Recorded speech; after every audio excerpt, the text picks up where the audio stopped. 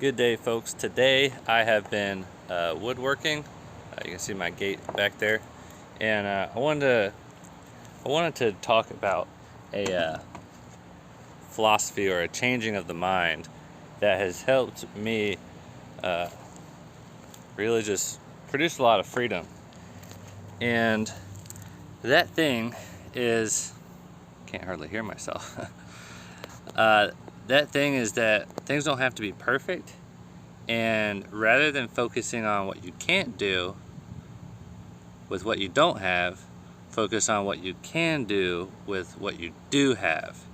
And so I've never I don't know, I guess considering global economic situations, yes, I've been wealthy. Considering American economics, I wouldn't consider myself wealthy, and if I did, don't act like it, because every wooden structure, there's a chicken tractor way over there, and then my gate right there that I just built. Every wooden structure I built, I did not purchase wood for it, and so I just built that gate for less than $20, and that was all on the hardware, the hinges. I went to Harbor Freight and got hinges because they were cheaper.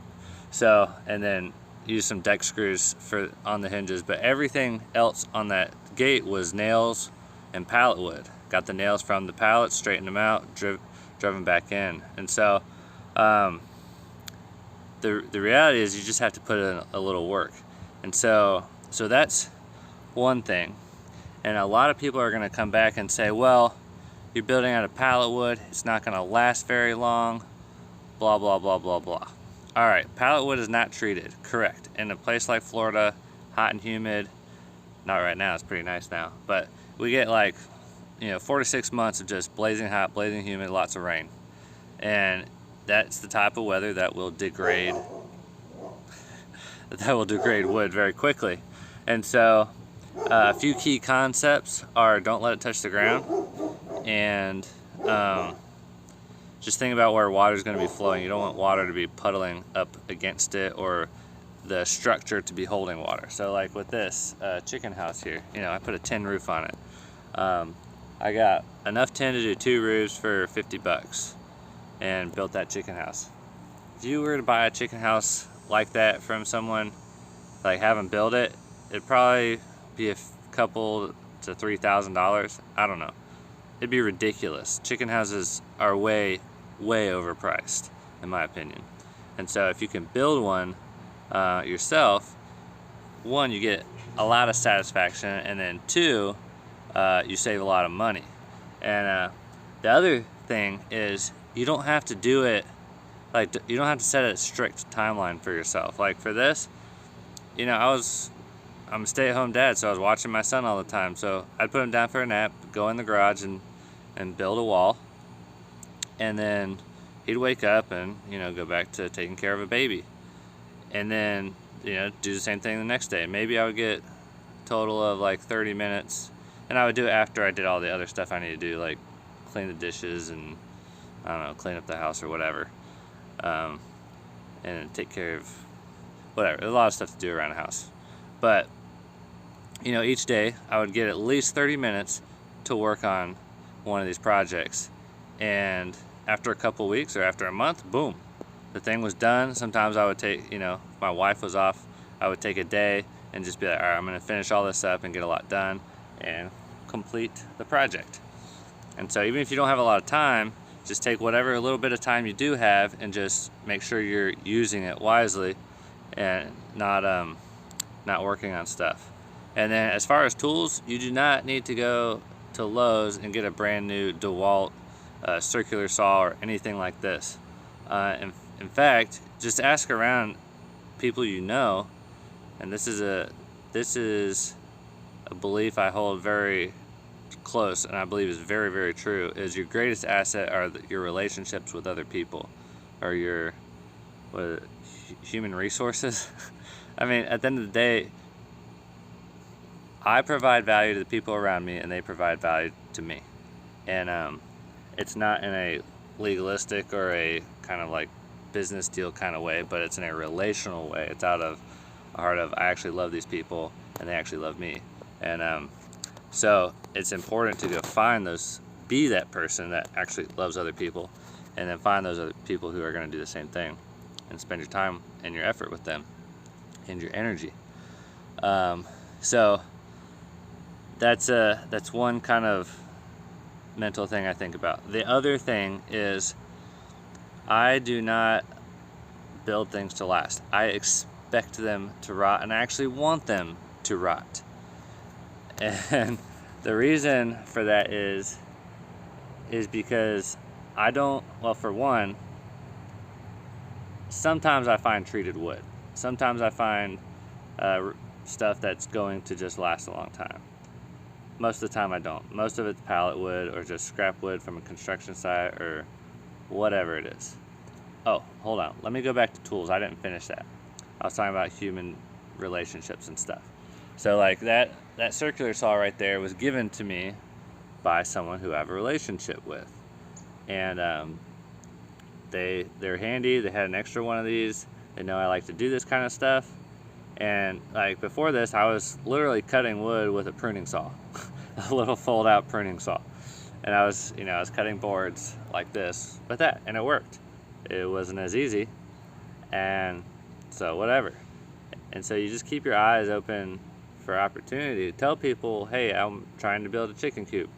If somebody sees you building a chicken coop with a pruning saw, they're gonna be like, oh, well, I've got an extra circular saw they can have, and they'll give it to you. Make friends with your neighbors. I got a bunch of lumber from my neighbor over here. He's cleaning out his garage, and I was like, oh, Tim, you collect lumber and like to build things here. You want this lumber? Yeah, actually, I do. And then I got more from another friend who's renovating a house, and he had all this lumber, long boards, 2x6s and stuff. I was like, yeah, dude, I'll take that. I don't know what I'm going to build with it yet, but I'll stick it in my garage until I can build something. Or if you don't have a garage, get as much lumber as you can, build a shed, something like that you can store lumber in. Probably want it like longer, but do what you can with what you got. That's pretty much sums it up. The other thing, let's go back to what I was saying earlier, was, hold on, before we do that, buy used tools. Go on Facebook Marketplace or Craigslist or whatever, lowball everyone, get tools for cheap. Used tools are pretty cheap. I think I got my table saw for I think it was $30 actually, which is ridiculous. And then a lot of stuff I got free because, from relationships I have, people had extra stuff and they're like, oh, I've got an extra this or that and you can have it. Oh, cool, thanks. This power cord, I don't know if you can see it, but I got that for $5. What was I think I was at somebody's house buying a gas can that was also pretty cheap, and they had this power cord and they were like, yeah, we'll throw that in for like $5. And I was like, that's like a 50-foot, actually it might be longer than 50 feet actually. That's a really long power cord, and it's like thick too. So just keeping your eyes open for different opportunities is important. Second thing, building things to rot. So for one reason I don't mind is because it lasts long enough. And there's things you can do to keep it from rotting, like this. See, this is up off the ground. If it's touching the ground, yeah, it'll rot. Termites are gonna get in it, yada, yada, yada. Same with the gate over there. It's, got a gap like that. I'm not gonna have it in contact with the ground, especially not here in Florida. And so the reason for this is from a sustainability, environmental thing, even if I get treated wood, like this fence behind me, I was here when I didn't build that. That's all treated planks, and they are rotting because stuff is going to rot whether you treat it or not. It's just a matter of when. And so I don't really want treated chemical stuff rotting in my yard, but if this untreated stuff is rotting in my yard, I don't care. It's not adding any toxicity to the soil or anything. It's just untreated wood. Well, it's heat treated wood, so it's just been heated up. That's all. Just to kill if there's any bugs boring into it. They heat it up to kill any bugs so that if there's termites or something, I don't know, it stops that. I think it also dries it out, gets some moisture out. So that's nice. Yeah, so think about what excuses are keeping you from doing the things you want to do. Like if you want to have chickens in your backyard, you're like, I can't afford a chicken house, but you can probably use these tools and get them pretty cheap, and just look for the opportunity, stay on it, you know. Every other day or every week, go on Marketplace and look for whatever tool would be really helpful in producing the thing that you want to build. Or like, if you're like, well, you know, some things are really big and scary. Like this chicken house was a pretty big project for me, but just chip away at it. Do what you can, when you can, with what you got, and eventually you'll finish. And I don't think it'll take, you know, more than a year. But it's like, man, it'd be nice to you know, if you did need to build a gate or a fence or something, hey, I'm gonna go build a pallet fence. That's what I did with this pig pen that was right here behind me. That's why I've got all those pallets left over, and I actually reused some of those pallets for that fence. So produced new life with old stuff that I didn't need anymore. So that's all I got to say. My heart aches for people who are believing there's certain lies that we believe, or excuses that we believe are true, and they don't have to be. I think it's important that we have a long-term mentality, so we're looking ahead to the future. So like, if you live in an apartment in, you know, Detroit, or you know, some place that has you're in a pretty tough situation.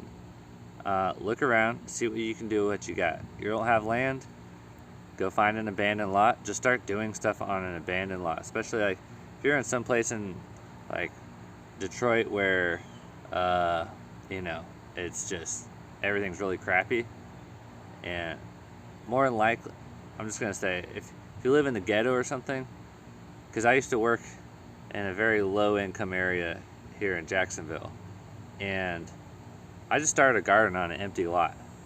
Nobody bothered it. Nobody cared. I looked up online who owned the property. It was a big real estate investment company. I called them. They didn't even know they owned it. I called the guys like, we own a property in Jacksonville? They own property all over the country. So they didn't realize that they had a half acre in a low income neighborhood, and they were just holding it for long term or whatever. Maybe it was cheap, so they just bought it. I don't know. But the point is, there are lots around town, even in a city, where that nobody's doing anything with. So just go assume ownership. If you get kicked off, fine, just leave. You didn't invest much into it. You didn't put a lot of money into it. You just put some time. You learned some skills.